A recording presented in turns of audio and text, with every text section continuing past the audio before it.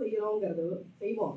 ஆனா அதை வந்து மக்கள்கிட்ட போய் ரீச் ஆகாது. நம்ம ரொம்ப நல்லா செய்வோம், ரொம்ப நல்லா இருக்கும். ஆனா எல்லா மக்களுமே அதை வாங்கணும் அப்படின்னு எதிர்பார்ப்போம். அதுக்கான வழி கிடைக்காது. முன்னாடிலாம் என்னன்னாக்கா நோட்டீஸ் கொடுப்பாங்க எல்லாருக்கிட்டையும்.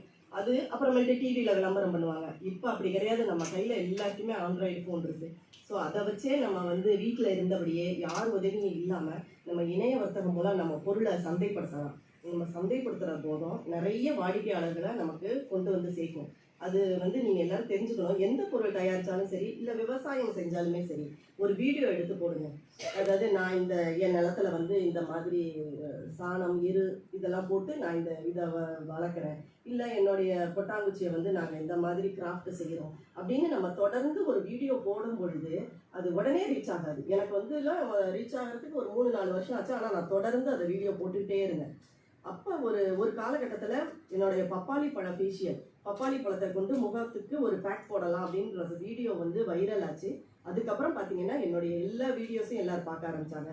அது மாதிரி தான் நானும் சொல்கிறேன், நீங்கள் இப்பயே ஸ்டார்ட் பண்ணுறப்பயே ஒரு வீடியோ எடுங்க. நாங்கள் இந்த மாதிரி எங்கள் இடத்துல இந்த தென்னை மரத்தை ஓலையில் வச்சு ஸ்ட்ரா செய்கிறோம், இல்லை என்ன பொருள் செய்கிறோமோ, பனை ஓலையில் கூடம் ஆகிறோம், எதுவாக இருந்தாலுமே இது என்ன பயன், இதை நாங்கள் எப்படி ப்ராசஸ் பண்ணுறோம், எப்படி செய்கிறோம் அப்படிங்கிறத சொல்லி அதோடைய பலன்களையும் நம்ம சொல்லணும். இதை நீங்கள் வாங்கிட்டீங்கன்னா இது இப்படி இருக்கும், வெளியில் வாங்குறதுலாம் வெளியில் ரொம்ப காஸ்ட்டாக இருக்கும், எங்ககிட்ட வாங்கும் பொழுது உங்களுக்கு நாங்கள் இந்த மாதிரி தர்றோம் அப்படின்னு ஆன்லைனில் நீங்கள் போடும் பொழுது நம்மளை சுற்றிலும் இருக்கிறவங்க அதை பார்ப்பாங்க.